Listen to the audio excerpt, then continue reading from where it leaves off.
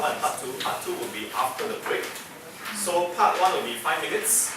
Will be on the sharing secrets, and also after the Facebook shop, there will be 3 speeches that will be done by our contested in the last concept test, and then there will be a debrief by every for each of the speakers.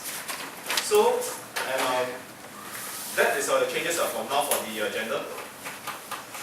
So to begin, I will just introduce the next the Facebook shop speaker. Firstly, the introduction.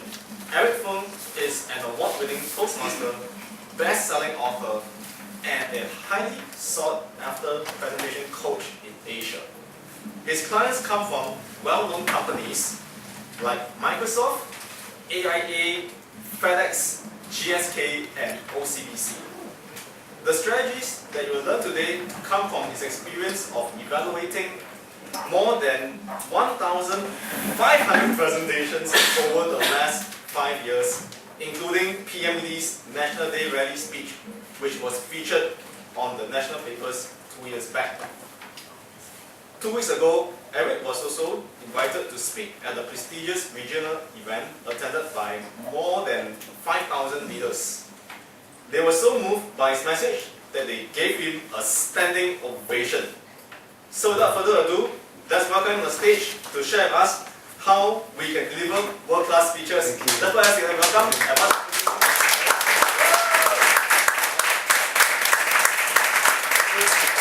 The reason why the introduction is very flattering is because you read it exactly how I wrote it. So that's the reason. I guess I get asked this question a lot by people outside. I suspect some of you probably also wondering, like, how did this young guy end up in the professional speaking career? Especially when most of us know that professional speaking is a career that's dominated by people who are way more experienced, way more wise than most of us here, right? So I would say that there's always an exception, and my exception really is my membership in Toastmasters, and I'll tell you why in a short while. So I joined Toastmaster for a very selfish reason. I joined it because back then in university, I got a very good mentor who told me that if I want to do well in my career, back then I had a scholarship with the government. He said, if you want to do well in your career and you want to climb the corporate ladder, you must be able to speak very well. So I said, why? He said, because if you are able to present well, if you are confident, people tend to perceive you as more capable. The key word here is perceive. You might not be capable, but people will think you are capable, and thinking and perception is all that matters. And that's when you get opportunities. And being a computer science student, we spend a lot of time in computers. We don't really talk to people, but I felt that that's something that I wanted to work on, and that was how I joined the NUS Toastmasters. And then when I was there, me being impatient, I asked all the mentors, I said, how do I get really, really good in less than 4 years? Because I need to graduate and I need to really get good and impress my boss. And then they said, you got to join speech contest. I said, why? They said, when you put carbon, I hope I got my coal under pressure, it becomes what? Diamond. So he said if a speaker is put under pressure of the need to win a contest or to make sure that you at least make your club proud, you will actually grow 5 to 10 times faster than just a normal member. And that really worked very well for me. So I did up to Project 6 simply because I wanted to get into a contest. And I was not there to win the contest, I was there because I wanted to speed up my growth. And so looking backwards, I thought that was one of the best decisions I made. I was able to do professional speaking partly because of the training I had in speech coaching and also professional speaking. In fact, if you ask me, I think professional speaking is harder than winning a Toastmaster speech. I'll tell you why, okay? Because money is involved. I mean, in Toastmaster, you lose, never mind, you can always try again another day. I mean, it's just a trophy, right?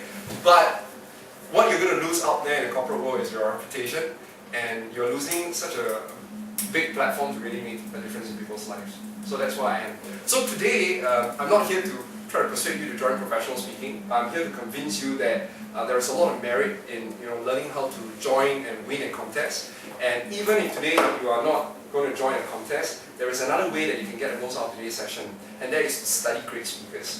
There's a saying that you're the average of the 5 people you hang out with. Have you heard of that?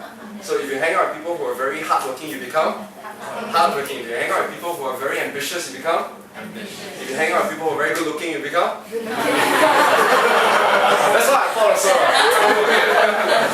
But the rest does work. So today, I thought, instead of just getting me to do the debrief, which is a lot of work, and you'll be bored, hearing just me speak, I'm going to get you guys involved in evaluating our potential champion speakers as well. Because it's in the evaluating that you actually learn the most. Right? So how do we go about doing that? First of all, let me orientate you to the contest criteria. So one of the things I always tell contestants, and I tell myself as well, is you need to know the criteria. If you don't know how people judge you, you'll never be able to win the contest.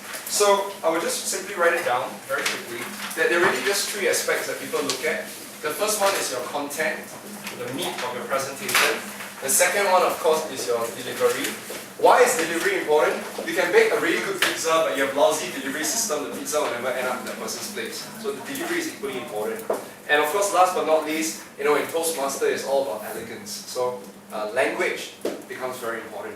So today, we have 3 speakers, right? And we have 3 columns. So every one of you will get a chance to evaluate an aspect of it. And of course, I will also be sharing my feedback, and then you can match, and probably we can all learn from one another. And then the champion speakers will really have a high chance to win because you get feedback from all of us.